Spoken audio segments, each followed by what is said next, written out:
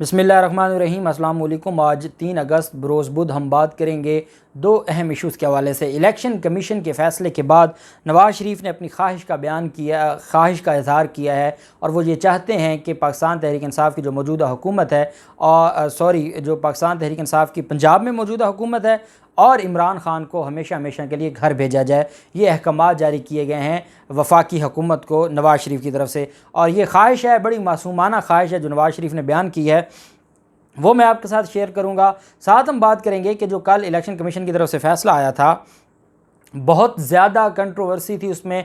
4 ऐसे डोनर्स हैं पाकिस्तान तहरीक इंसाफ़ के जिनकी स्टेटमेंट आ चुकी है कि वो पाकिस्तानी शहरी थे, लेकिन इलेक्शन कमीशन ने बदनीयती से उनको गैर मुल्की ज़ाहिर करके गैर मुल्की और ममनुआ फंडिंग में उसको शामिल कर दिया है, जिसकी बुनियाद पर वो पहुँचे हैं। उन्होंने मीडिया को भी स्टेटमेंट दी और उनके नाम और उन्होंने जिस साल में पाकिस्तान तहरीक इंसाफ़ को पैसे दिए वो भी मैं आपके साथ शेयर करूंगा। और साथ हम बात करेंगे मज़ीद कुछ ऐसी चीज़ें सामने आई हैं इलेक्शन कमीशन के फ़ैसले की, क्योंकि ये बड़ी कोशिश की गई है इमरान ख़ान को दीवार के साथ लगाने के लिए। सब ने एड़ी चोटी का ज़ोर लगाया है और ये नाकाम हुए हैं। और हम मज़ीद आपको बताएँगे कि इस फैसले के अंदर 3-4 मज़ीद जैसे जैसे पढ़ते जा रहे हैं, बार बार पढ़ने से बार बार चीज़ें क्लियर हो रही हैं, और मज़ीद जो 4 से 5 इनके ब्लंडर सामने आए हैं, वो जो पहले हमने वीलॉग्स में डिस्कस नहीं किए, वो मैं आपके साथ शेयर करूंगा। पहले मैं आपको बता दूं कि पाकिस्तान तहरीक इंसाफ़ की अरकान असम्बली के इस्तीफ़ों के हवाले से जो दरख्वास्त थी, उस पर जो है वो एतराज़ दूर करने के हवाले से जो कायम मुकाम चीफ जस्टिस हैं आमिर फ़ारूक साहब, उन्होंने समाअत की। फैसल चौधरी अदालत में पेश हुए, जिसमें मौक़िफ़ अपनाया गया कि रजिस्ट्रार ऑफिस का एतराज़ है कि अथॉरिटी लेटर नहीं लगाया गया, क्योंकि 125 लोगों की तरफ से पिटीशन दायर की गई है। पिटीशन दायर करने वाले असद उमर हैं बतौर जनरल सेक्रेटरी। तो एतराज़ ये था कि आप बाकियों की तरफ से को आप स्पेशल पावर ऑफ अटर्नी या अथॉरिटी लेटर हो तब आप दरख्वास्त दायर कर सकते हैं। तो फिर पाकिस्तान तहरीक इंसाफ़ के वकील ने कहा कि ज़रूरत नहीं है, क्योंकि वो पार्टी के सेक्रेटरी हैं, उन्होंने अपना जो पार्टी का नोटिफिकेशन है वो साल लगा दिया है और वो अपनी जमात की तरफ से दरख्वास्त दायर कर रहे हैं, और बाकी जो मेंबरान हैं वो मेंबर हैं। लेकिन जो ऑनरेबल इस्लामाबाद हाई कोर्ट है, उन्होंने कहा कि एक अथॉरिटी लेटर आप बनवा लें, बात ख़त्म हो जाएगी, और बाकी आप इसको चैलेंज करना चाहते हैं तो आप करें। अदालत ने कहा है कि आप जो 123 मेंबरान को डी नोटिफाई करने के हवाले से ये दरख्वास्त थी, अदालत ने हदायत की है कि आप रजिस्ट्रार ऑफिस का एतराज़ दूर कर दें ताकि आपका केस समाअत के लिए मुकर्रर हो जाए, और फिर अब उसके ऊपर पाकिस्तान तहरीक इंसाफ़ की तरफ से वो एतराज़ ख़त्म किया जाएगा और फिर आगे कार्रवाई बढ़ेगी। नवाज़ शरीफ की तरफ से जो एक मासूमाना ख्वाहिश का इज़हार किया गया है कि PTI ममनुआ फंडिंग केस पर इलेक्शन कमीशन के फ़ैसले पर हुकूमत से नवाज़ शरीफ ने कहा है कि इस फितने की फितनाबाजी हमेशा हमेशा के लिए ख़त्म कर दें, कानून और आइन के मुताबिक फ़ौरन एक्शन लें।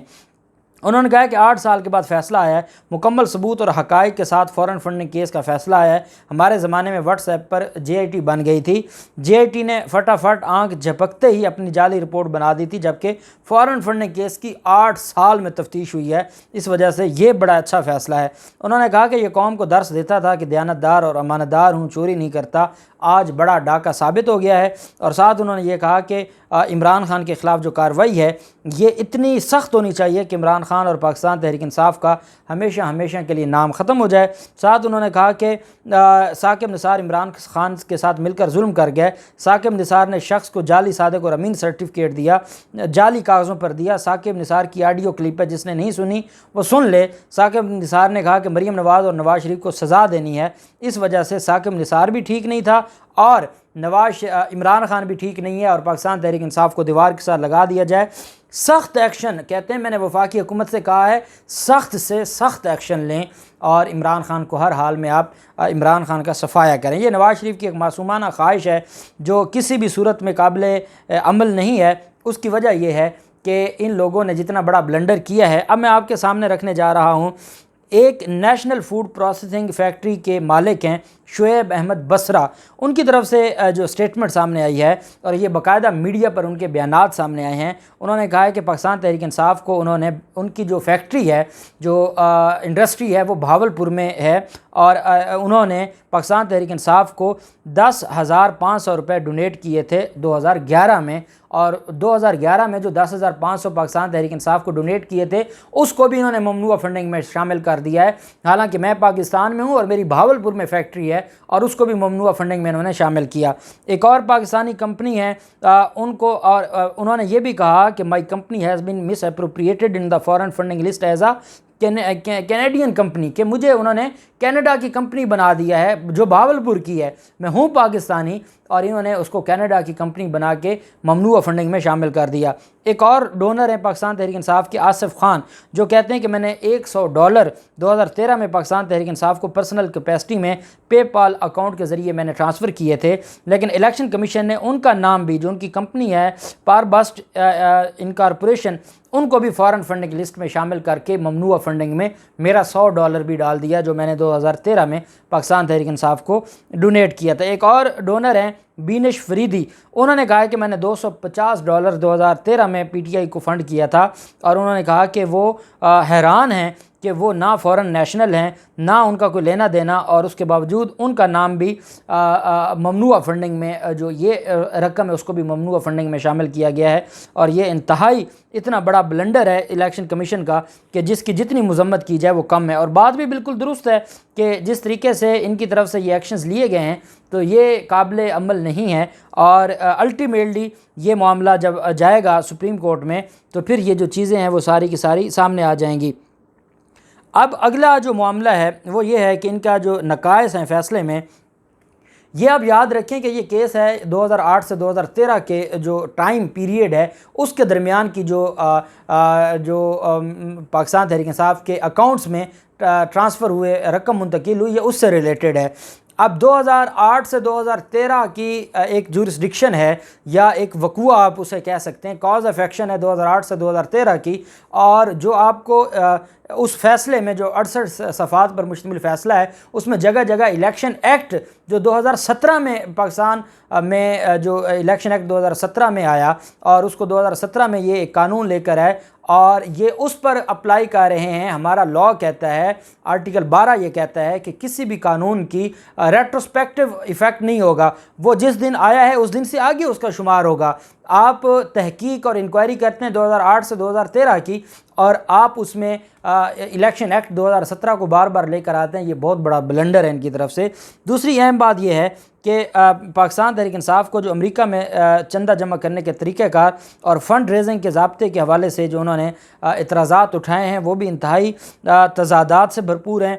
वुडन क्रिकेट क्लब के मालिक आरिफ नकवी के हवाले से जो इन्होंने ख़यालात का इज़हार किया है वो ये है कि पाकिस्तान जो रकम आई वो 2011-12 की थी और इलेक्शन कमीशन ये चाहता है कि उसने जो 2019 में उसके ख़िलाफ़ कोई कार्रवाई हुई है तो पाकिस्तान तहरीक इंसाफ ने 2011-12 में उससे पैसे क्यों लिए थे जिसके ख़िलाफ़ 2019 में कार्रवाई होनी थी। जैसे पाकिस्तान तहरीक इंसाफ के पास कोई अल्लाह दीन का चिराग था कि उनको पहले ही पता चल जाता कि आरिफ नकवी के ख़िलाफ़ अमेरिका और बरतानिया में जो कार्रवाई है, इलेक्शन कमीशन का ये ख्याल है कि तहरीक इंसाफ शायद तहरीक इंसाफ को इसका पहले से इल्म होना चाहिए था और इसका असर इन ट्रांजैक्शन पर होना चाहिए था जो इस कार्रवाई से 5-7 साल के बाद जो उसके ख़िलाफ़ कार्रवाई हुई है। पाकिस्तान तहरीक इंसाफ को 2011 में भी पता होना चाहिए था 11-12 में कि 2019-20 में जाके इसके ख़िलाफ़ कार्रवाई होगी। इस वजह से 2011-12 में भी इससे पैसे या फ़ंड नहीं लेने चाहिए थे। फिर जो पाकिस्तान तहरीक इंसाफ के एक साबिक रुकन हैं जिनकी अकबर एस बाबर, जिनकी दरख्वास्त पर यह समाअत हुई है और 2019 में स्क्रूटनी कमेटी ने यह कहा था कि अकबर एस बाबर कोई एक डॉक्यूमेंट ऐसा नहीं जमा करवा सका पाकिस्तान तहरीक इंसाफ के ख़िलाफ़।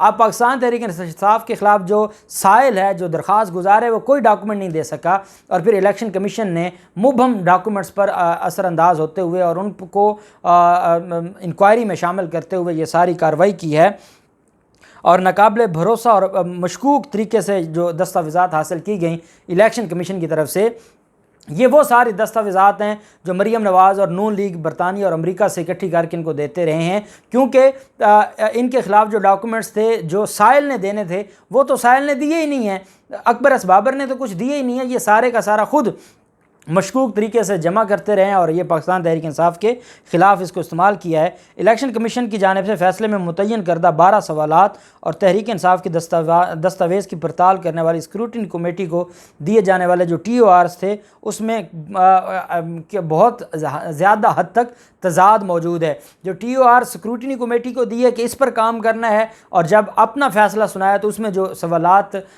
शुरू में उठाए गए वो अलग थे। ये इनसे पूछा जाए कि आपने, इसका मतलब है स्क्रूटनी कमेटी के, तो उस पर आपने अमल दरामद ही नहीं किया, आपने तो अपनी मर्ज़ी की है, अपने सवालात, और आपने ये सारा तमाशा किया है सिर्फ किसी तरीके से। पाकिस्तान तहरीक इंसाफ के ख़िलाफ़ ये जो कार्रवाई थी ये पॉलिटिकल पार्टीज़ ऑर्डर 2002 के तहत होनी चाहिए थी, ना कि 2017 के इलेक्शन एक्ट के तहत। इन्होंने बार बार 2017 के इलेक्शन एक्ट का हवाला दिया है, जबकि जो असल कार्रवाई थी वो पॉलिटिकल पार्टीज़ ऑर्डर के तहत होनी थी, जो ना हुई। और पॉलिटिकल पार्टीज़ एक्ट 2017 से पहले सियासी जमातें चंदा जमा करते वक्त अतिया कुनंदगान के कवायफ और ज़ाती मालूमात जमा करने और रिकॉर्ड मुरतब करने की पाबंद नहीं थी। ये सारा कुछ आया 2017 में। ये जो इस सारे कानून में 2017 का जो लॉ है इलेक्शन एक्ट, उसमें ये रिस्ट्रिक्शंस लगाई गई थी कि आपने ये सारा कुछ जमा करना है। आप इंक्वायरी कर रहे हैं 2008 से 2013 की, उस वक्त पॉलिटिकल पार्टीज़ ऑर्डर था और उसमें कहीं ये नहीं लिखा हुआ था कि आपने उन सब की क्वाइफ और उनकी तफसीलात आपने जमा रखनी है, जिसकी वजह से बाद इनफरादी केसेस में मालूमात में खला नज़र आया और इसको इन्होंने एक पहनाते हुए ये तमाशा किया और वो तमाशा आपके सामने है। इन हज़ारों अतियात कुनंदगान में से महज 34 से 35 अफराद को ही ये जो है वो उस को इन्होंने कहा है कि 34-35 अफराद थे जो मशकूक थे। पाकिस्तान तहरीक इंसाफ ने हज़ारों कारकुनान का और अपने डोनर्स के कवायफ दिए थे। तो कहने का मकसद ये है कि इलेक्शन कमीशन बड़ी गलतियां कर बैठा है। ये फ़ैसला जिस दिन अदालत में जाएगा उसी दिन ये उड़ जाएगा। इसकी कोई हैसियत नहीं है, ना पाकिस्तान तहरीक इंसाफ के ख़िलाफ़ कोई कार्रवाई, ना इमरान खान के ख़िलाफ़ कोई कार्रवाई। नवाज़ शरीफ पहले लंदन से बैठ के फ़ैसले लिख के दिए हैं, ये उन्हीं नलायकों के लिखे हुए हैं। और फिर ये कि अब वो अपनी मासूमाना ख्वाहिश का इज़हार कर रहे हैं। अब वो चाहते हैं कि शहबाज शरीफ कुछ हो जाए, मुल्क जहाँ जाता है जाए, इमरान खान के ख़िलाफ़ कार्रवाई करके अगले इलेक्शन तक इमरान खान को नहल कर दे। मामला फिर सुप्रीम कोर्ट जाना है और वहाँ उमर अता बंदयाल साहब तैयार बैठे हैं आपका इलाज करने के लिए। अल्लाह पाक पाकिस्तान का हमें नासिर हो। बहुत शुक्रिया। अल्लाह हाफ़िज़। पाकिस्तान ज़िंदाबाद।